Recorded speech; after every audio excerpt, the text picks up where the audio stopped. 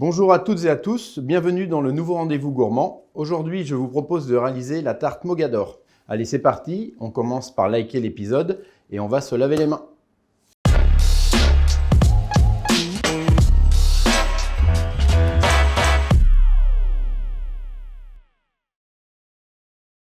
Nous allons commencer par réaliser la pâte sucrée au cacao. Donc pour ce faire, on a besoin du beurre, donc légèrement pommade, que l'on va mettre dans la cuve du batteur. On va directement ajouter le sucre glace et la feuille du batteur pour la partie pâte. Voilà. Et donc on mélange l'ensemble pour rendre le mélange homogène entre le beurre et le sucre glace. On va ajouter directement les œufs. Donc le principe d'une pâte sucrée, qu'elle soit chocolat ou non, on met en premier tous les parties liquides sans la farine. Pourquoi? Parce qu'on va vouloir une pâte qui ne soit pas corsée.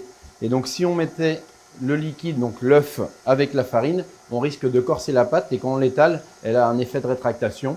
Et du coup, après au fonçage et au four, elle va se rétracter. Donc là, on met tous les ingrédients sauf la farine qui va être juste en dernier.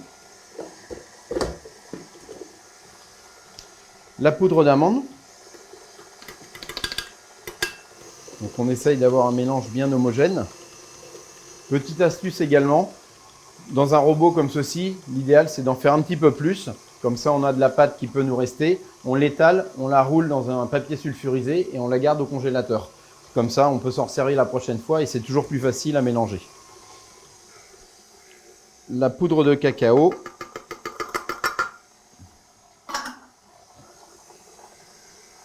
Voilà, et une fois que notre mélange est bien fait,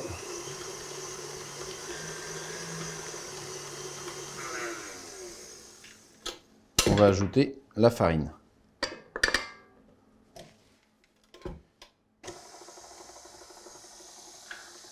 Et donc là, on mélange doucement. On ajoute la fleur de sel. Et là, on mélange juste pour incorporer la farine, mais sans du tout corser la pâte. Voilà. Donc là, on va voir notre pâte qui va juste être mélangée. Et il va falloir la laisser poser à peu près 2 à 3 heures au frigo pour pouvoir la travailler après facilement.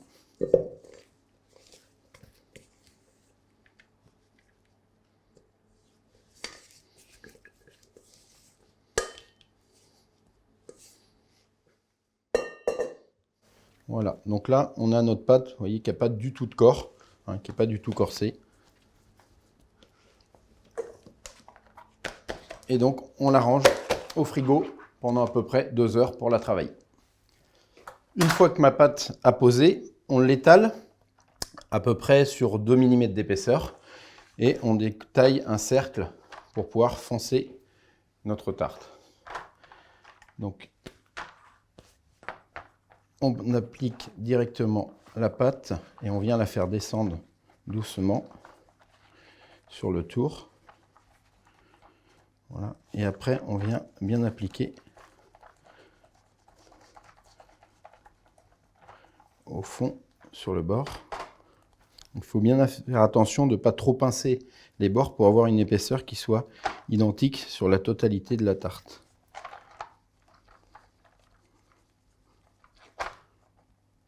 Voilà. Et là, on vient faire notre bord. On laisse une petite partie de pâte pour pouvoir faire un bord régulier.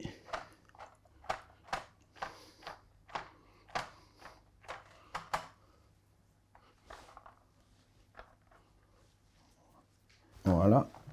Et on vient remonter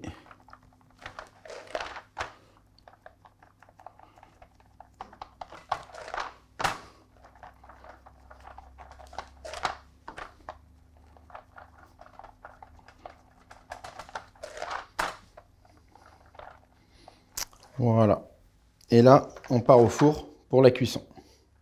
Donc maintenant, on va réaliser la ganache chocolat pour mettre à l'intérieur de la tarte. Donc j'ai ma crème et mon lait qui sont ensemble, qu'on va pouvoir faire chauffer. Voilà. J'ajoute le sucre inverti, donc pour donner une texture vraiment moelleuse à ma ganache. Également un petit peu de glucose.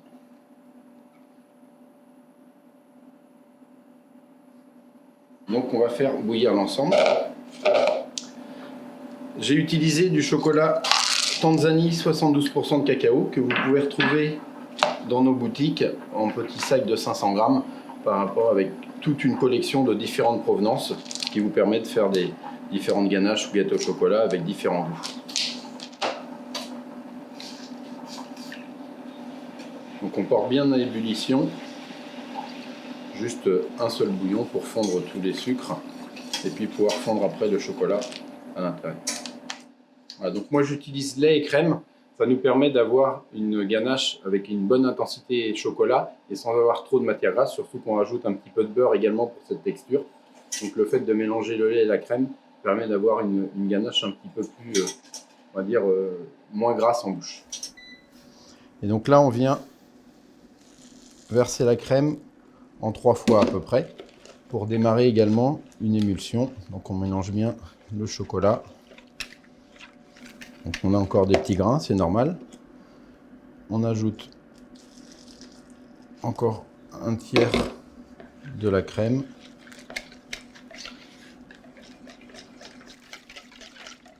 Et puis on ajoute la fin au dernier.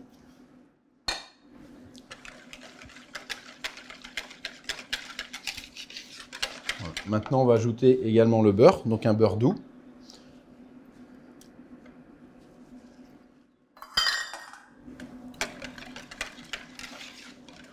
Même chose, on mélange bien pour que tout le beurre soit bien incorporé et qu'on ne se retrouve pas avec un petit morceau de beurre à l'intérieur de notre ganache. Voilà, je vais prendre la pâte sucrée chocolat une fois cuite. Voilà, donc le fond est parfaitement cuit et donc nous allons pouvoir couler la ganache à l'intérieur. Donc il faut prendre la ganache chaude, c'est beaucoup plus facile en mise en œuvre.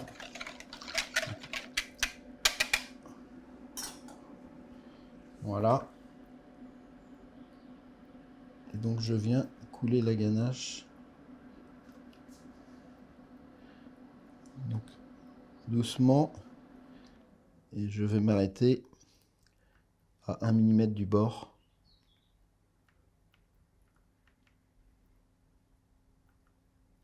Voilà. Voilà. Maintenant, cette tarte va partir au frigo pendant à peu près 2 heures, le temps de faire figer la ganache à l'intérieur. Donc maintenant, nous allons réaliser le crémeux chocolat pour faire des petites quenelles en décor. Donc le lait et la crème qui sont ensemble également. Je verse dans la casserole et on va faire chauffer l'ensemble. Parallèlement, je vais mettre mes jaunes d'œufs.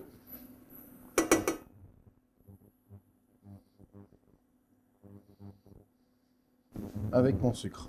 Donc, chose importante également, dès qu'on met du sucre dans des jaunes, on mélange directement, parce que le sucre au contact des jaunes va faire brûler les jaunes.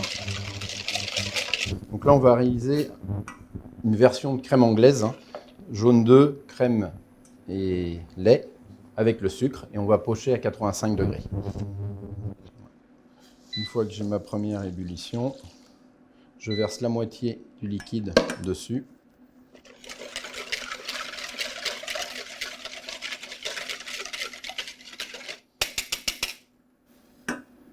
Et maintenant, je reverse tout dans le premier mélange de la casserole.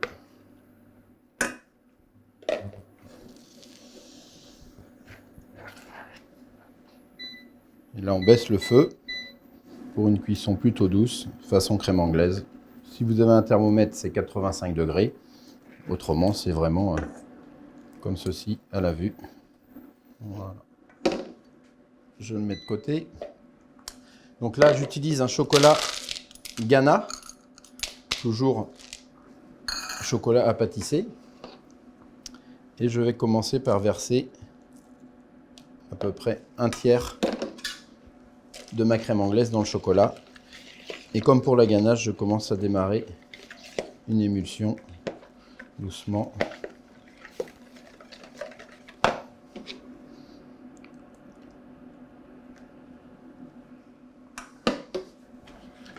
On continue avec un deuxième tiers.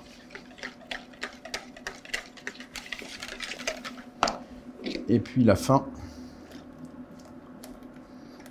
de ma crème anglaise.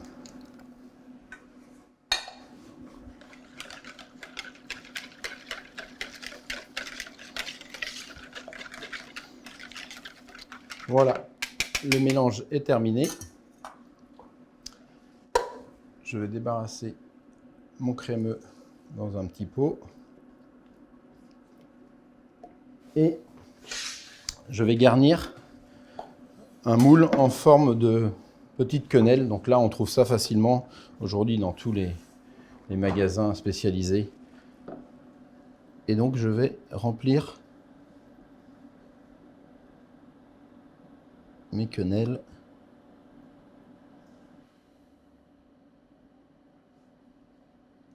Voilà. Et donc là, les quenelles vont partir au congélateur pendant au moins 2 heures, le temps de figer et pour être glacées après. Maintenant, on va réaliser la nougatine au gruyère de cacao. Donc, je mets de l'eau, du beurre, doux également, du glucose. Donc là, moi, la petite technique, c'est que je le mets un petit peu au micro-ondes pour le liquéfier. C'est beaucoup plus facile à utiliser. Autrement, c'est toujours un peu visqueux. Voilà. Et donc, je vais chauffer l'ensemble. Parallèlement, j'ai de la pectine NH qui va me servir de liant que je mélange avec mon sucre.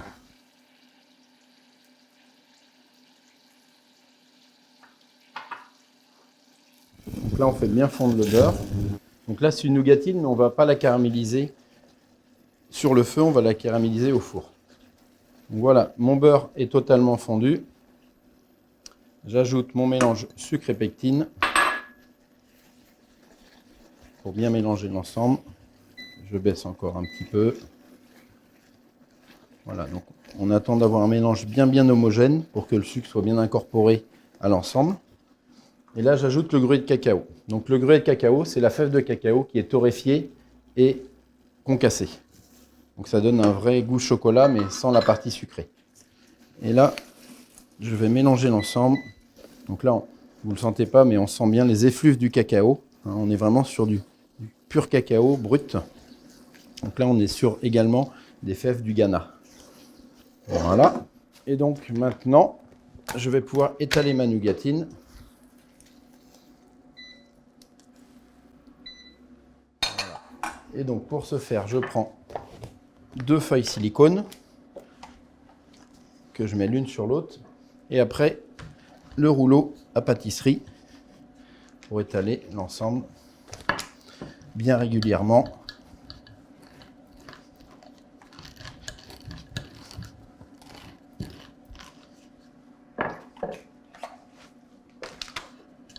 En fait, l'idée, c'est d'avoir une nougatine qui va être très fine. Voilà. Voilà. On enlève la partie du dessus.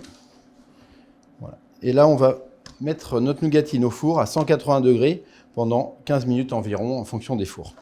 Et à la sortie du four, on va pouvoir découper un rond de la taille de la tarte. Donc maintenant, nous allons réaliser le glaçage chocolat pour mettre sur les quenelles.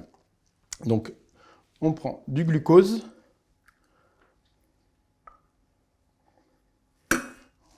Voilà. Du sucre inverti. Voilà, on va faire chauffer l'ensemble. On va ajouter de l'eau. Pour ce glaçage, on a besoin d'un gélifiant. Donc là, on va mettre des feuilles de gélatine qu'on va mettre à tremper dans de l'eau froide.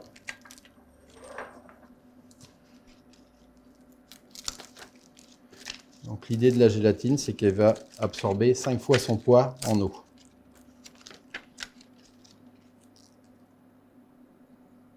Voilà, on la laisse bien tremper. On commence à fondre l'ensemble. On va ajouter le sucre. Et on va porter le tout à ébullition pendant 2 minutes environ. Après, on aura de la crème et de la poudre de cacao. On ajoute la crème. Toujours sur le feu.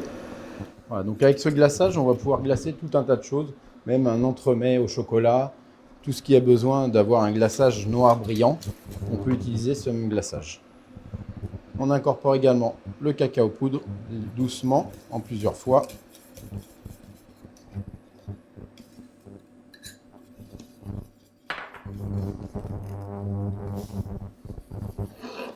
Voilà, on va pouvoir couper le feu. Et le reste de la poudre de cacao.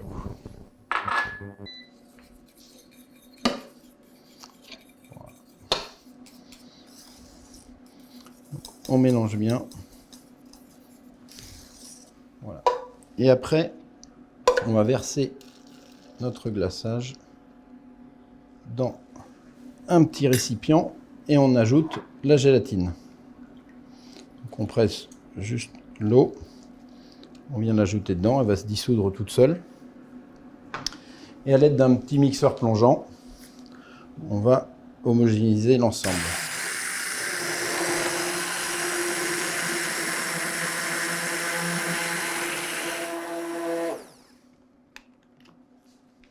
Voilà, donc là on voit bien le glaçage.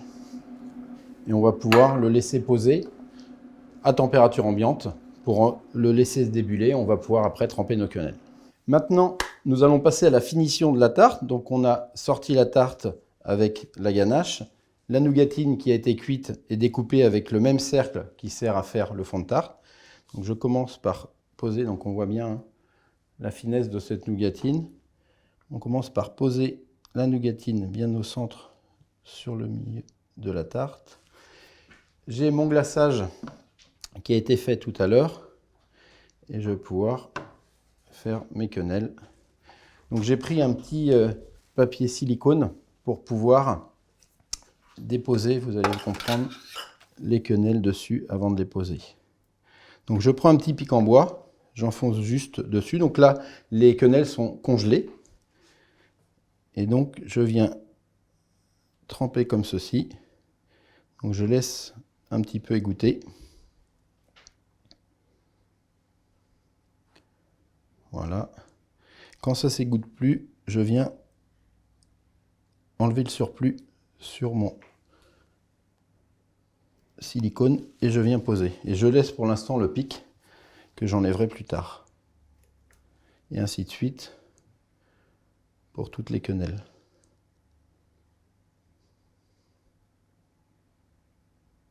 Donc là, on est sur une tarte de 6 personnes. Donc on va poser 6 quenelles. Voilà.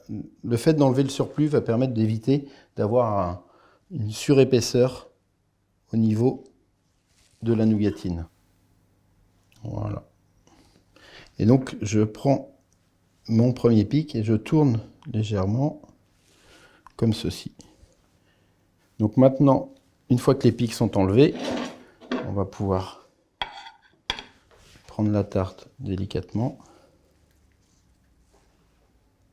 et la poser dans un plat de présentation. Voilà. Et je vais venir mettre une petite finition pour cacher les endroits où j'ai piqué mes petites quenelles. Donc là, je mets un petit peu de gruyère de cacao juste sur le dessus.